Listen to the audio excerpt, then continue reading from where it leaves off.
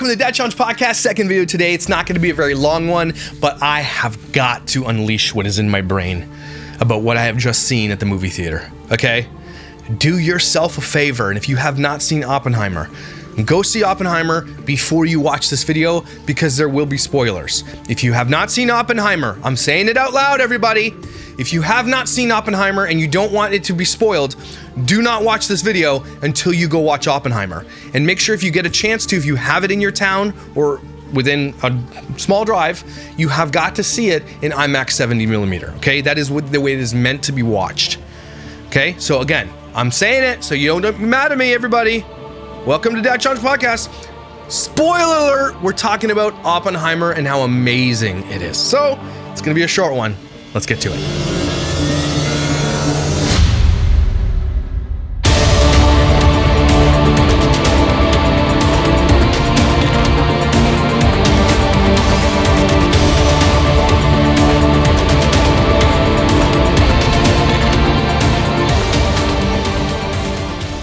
Not snarky or anything like that. Okay, so yesterday I went to the movies because I generally go like Kathy doesn't like seeing all the movies, and I love seeing all the great blockbusters. And sometimes I'll go with her. Or I'll take Everly if it's appropriate for Everly to go watch.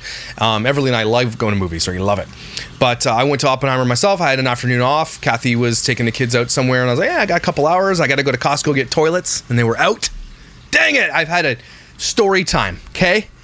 Story time. We're in a new house, right? The toilets are original and we want to get new toilets. Toilets are easy to install yourself. Very, very simple, okay? Really easy. You shut the water valve off on the side. You disconnect all the valves. You make sure all the water's out, so you flush your toilet, okay? And then if there's water still in your toilet and you can't seem to flush it, get a bucket of water, pour it down your toilet. It opens up the flap and lets most of the water out.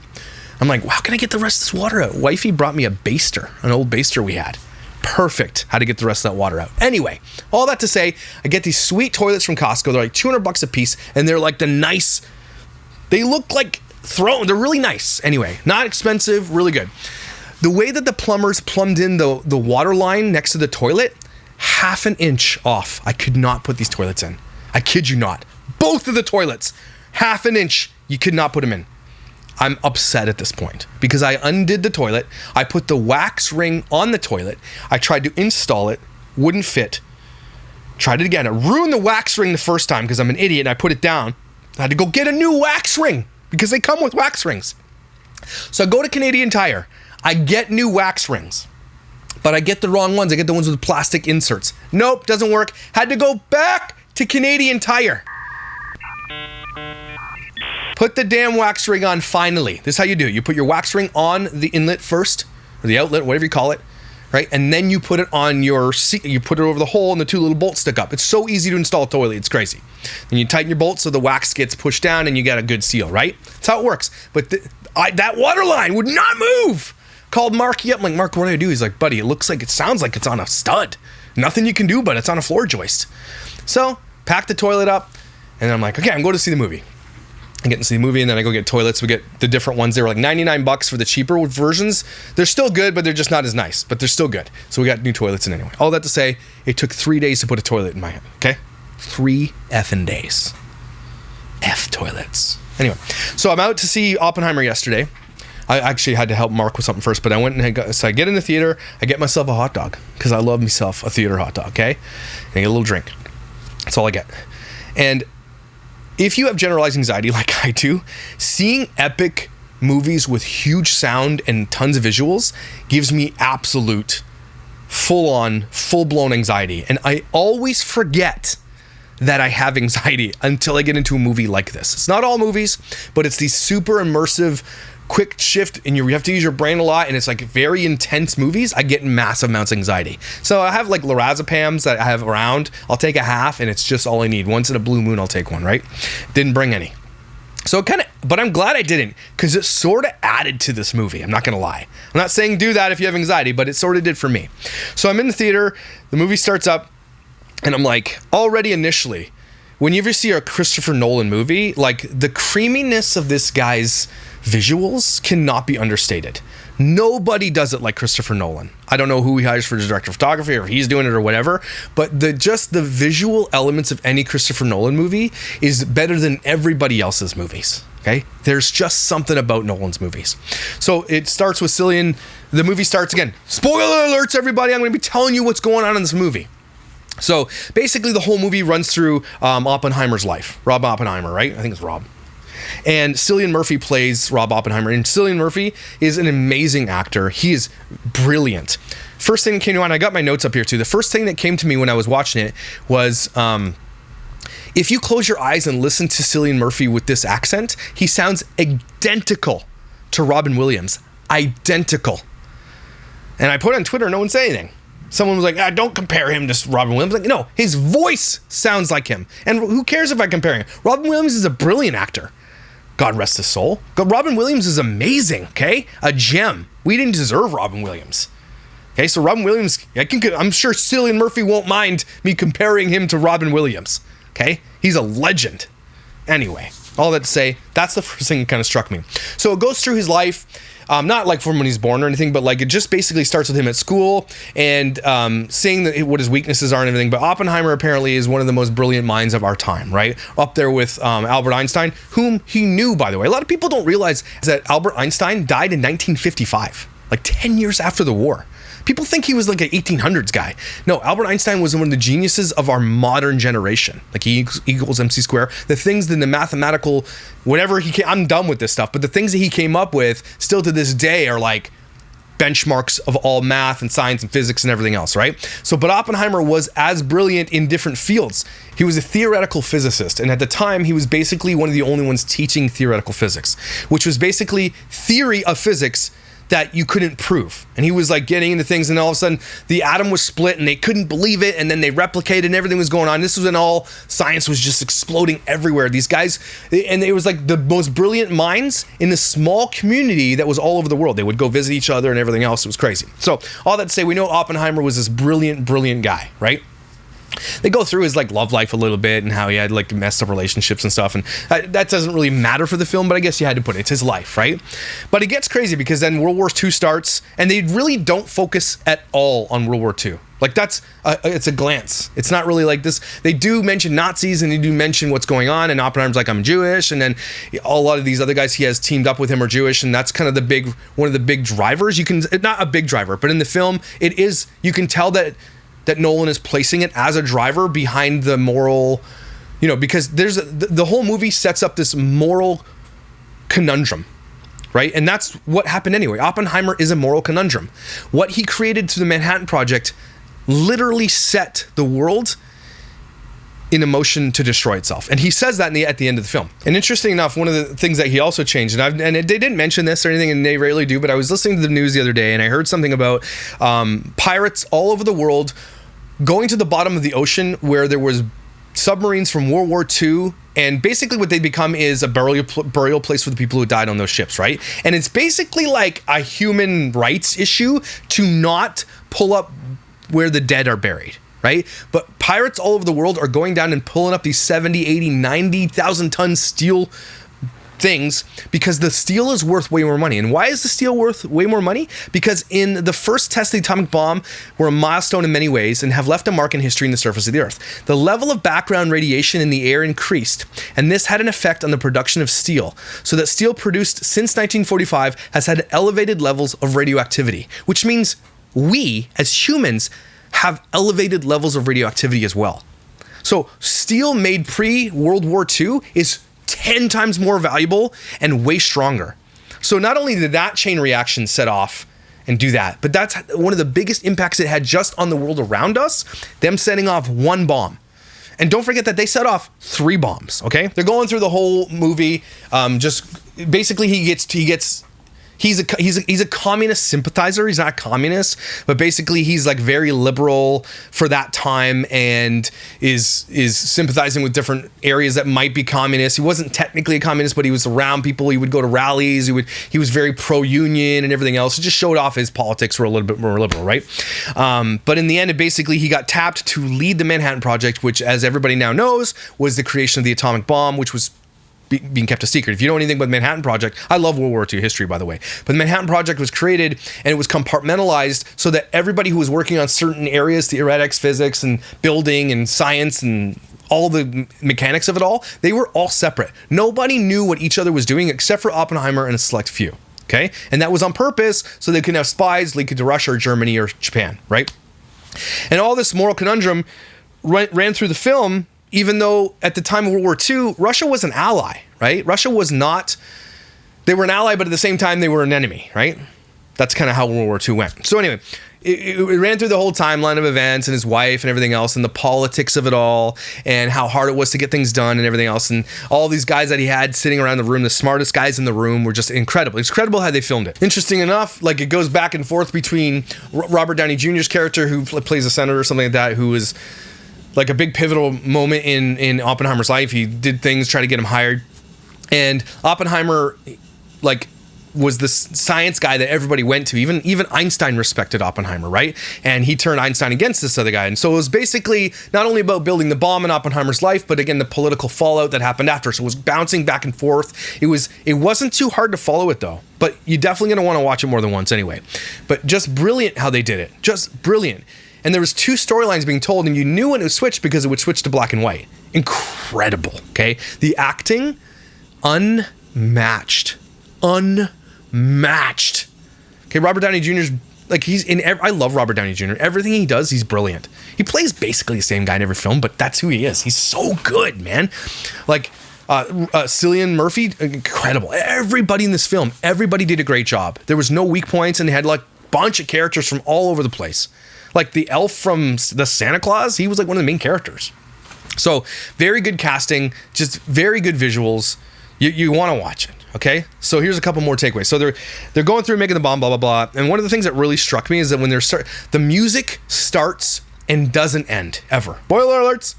The music doesn't stop. It's so crazy how the soundtracks in Nolan movies are, but this one, take the cake. Like, retire after this. I don't think Nolan will ever be able to top this.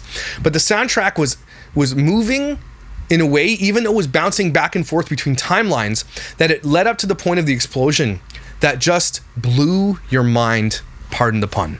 Okay, unbelievable, the soundtrack. But before we get to the explosion, I found it hilarious in some of the ways that were doing these things. When you look at 1945, when they're building these things, when nobody knew what they were doing, they get the plutonium or whatever put in the middle of this thing to detonate it or whatever. They're literally standing on a rickety old wooden ladder while they're placing it in with their hands. And there's tape all over it and there's wires and shit. And it's just like, this is what they did in World War II. Like, it was like rudimentary and just very dangerous what everybody was doing. Like, this thing would wipe you off the face of the planet into dust if you're within a mile of it. Okay, into dust. You would be dust. So just that kind of stood out for me. Like, they really kept it really close to what it looked like, how it was built. Nolan did, like, again, Nolan is a master at his craft. No one comes close. Maybe James Cameron. There are a few who are just as good as, like, on his level anyway. But with this type of film, this period piece and stuff, Nolan is GOAT. I don't like a lot of Nolan's films. I don't like a lot of Nolan's films. I don't. And that's going to be really odd to some people. Like, I don't like a lot of them. But this one, I left the theater moved. Like, I had to call my wife and I'm like, I can't even put into words what I've seen. So anyway, the detonator stop ladder, they detonate the bomb and everybody's waiting for this big explosion. And the way that they did the explosion, spoiler alert, make sure you know, was amazing. It goes off. It's so bright. The way they do the visuals is incredible. Like, it's like you're there. You don't miss anything. And as it's going off, it's all you hear is people's breaths and movement, and then it elevates that moment. It's all dead silent. The theater's dead silent. But in the film, it's just like footsteps or breathing or like blinks and like just shuffle of the coat or whatever. Just silence while this thing is exploding. And then all of a sudden, it hits. And the way they do bass, like some theaters, you go to a movie, you're like, this isn't very loud, and the music and the shit's not very good. But this one, the bass and everything else was made so that it hit you right in your stomach. It crushed you, okay? The visuals were mind-blowing. It was incredible. Oh, I can't explain it. So the bomb goes off. And so that you think, okay, well, there it is. What hit me the hardest, I think, in this film was after the bomb went off and they go and they're all celebrating. Everybody's like hugging each other because like they did something that no one has ever done before. They used like the splitting of atoms and this chain reaction that creates this huge bomb, right? And there was a moment in the movie too, and they're like, let's do the math. Is it possible this will set a chain reaction off that will literally light the world on fire? Will kill everybody. And they're like, there's a possibility. And then they had the math guy do it, and the math guy's like, I'm pretty sure it'll be good. Right? With theory alone, you can't ever be 100. He's like, it's almost zero, right? And so he went to Einstein. He said, can you look at this math? And then Einstein said, you know a guy who does better math than me. He just wanted Einstein's kind of thing, right? Einstein was awesome. So he goes in through it. The explosion happens. And again, when they're all hugging and celebrating, that hit me pretty hard. I'm thinking to myself, you guys just created a weapon of mass destruction on a scale that no one has ever seen before, and that will literally set the humanity on a path of destruction. And that's exactly what he says in the thing. Oppenheimer made this public or whatever when the detonation went off. Oppenheimer said this: "Now I am death, the destroyer of worlds." And yep, there's never been a truer statement ever made. Like that's as iconic as one small step for man, one giant leap for mankind. Like that's on that level. He said that because it absolutely is true. Like I'm getting shivers thinking about this for a second because of the danger of what we've just seen, right? This movie has so much impact because it is actually true what happened. So he is now a destroyer of worlds because yes, he literally weakened the structure of Earth by letting off one bomb. Okay? What he did, chain reaction, set off this thing that the entire world was affected, everybody. I'm sure cancer jumped thousands of, I've never even heard of it, I don't know, I'm just making this up. But it sounds to me like maybe even in the world, cancer jumped by a trillion. Yeah, because all the people in the United States who were alive since 1951 received some radiation exposure from fallout, some people may have an increased risk of cancer from the exposure, in particular thyroid cancer. So it did actually. I said that, but it makes sense to me. The entire Earth was exposed to radiation. The entire Earth. So these guys are celebrating and it hits you hard. Like they just created the end of the world as they know it. And they might not see the end of the world. I think in our lifetime, like my children's lifetime, and I don't want to scare anybody, but I'm pretty sure like it's over, right? And they just started it. That's not what's going to end. We're like, now there are bombs that are 10 times more powerful than that bomb that will literally wipe out complete cities, Manhattan, Toronto. They can be wiped out with one bomb. One bomb can, like, they can send a bomb that will wipe out grids, electrical, internet, everything. That, like, we're gonna see some stuff in the future, guys. And I know I'm not trying to scare you, but this is kind of in my brain. I'm always thinking of this stuff because I'm a World War II history buff. Like, we're gonna see some stuff. And this movie just made that really more real for a lot of people, okay? They were reminded of it. AI is also, I heard someone contribute the emergence of new AI technology to what they built during the Manhattan Project. Like, we don't know the depth of AI, and we're going to see it, and it's going to affect us. A lot of people are going to make a lot of money on AI. A lot of people are going to die. Do you understand what I'm saying? A lot of people are going to have everything ruined and taken from them because of AI. And so as people are seeing this parallel movement between what happened in 1945 and what's happening now with AI. I'm serious. Okay. So the celebration hit hard, people grasping, they're not grasping at what they had created. They're not really, they're just proud of that this thing worked because they've been working on it for like 3 or 4 years. It's $2 billion and this thing did it. They finally went off and they're all celebrating. I found that really, really hard. And again, I have more worries now after seeing this movie than I ever did before. You come out with anxiety and you're like, holy shit, but it does move you. It's just a moving piece of just incredible cinema, okay? And there's a moment too, he goes and sees the president. Right, and they're talking about, he finally gets an opportunity to meet Roosevelt or whoever it is, and he's in there and he's like, what do you want to talk about? And he's like, I think we need to start figuring out how we can protect the world from arms like this. And he's like, Russia will never get arms like this. And he's like, yeah, they will. They have very smart people. And the president's just like, just brushing it off like it's never going to happen. By the way, it happened, okay? And during this moment, the president didn't like what Oppenheimer was saying to him because Oppenheimer had a change of heart after the bomb went off, and he started becoming an advocate against this technology. And he's like, we got to be really careful with this. And he became a guy that was like ardently against creating H-bombs, which is hydrogen and everything else. He didn't want it to happen, but he's the father of the atom bomb. So it all switched. I think he had a moment of like, he's like, okay, I built something that's going to kill. It killed 200 plus thousand people anyway. I don't know how he had that on his conscience his whole life. I don't know how he did it, but they justified dropping here. Like, they finally dropped the bombs in Hiroshima. They don't show that stuff, but they talk about it, right? And he's like, When it happened, it ended the war. We all know how that worked, right? And they're saying you saved a lot of American lives. In general, you saved a lot of lives, but it killed 200,000 plus with the cancer and the fallout that happened afterwards, right? I could never live with myself if I did that. So it is what it is. And he says, I'm only responsible for making it. I can't tell the army what to do with it. And that's kind of true. So anyway, back to the president, and the president's not liking what he's hearing. And he's like, Cillian's character, or Oppenheimer says, I have blood on my hands.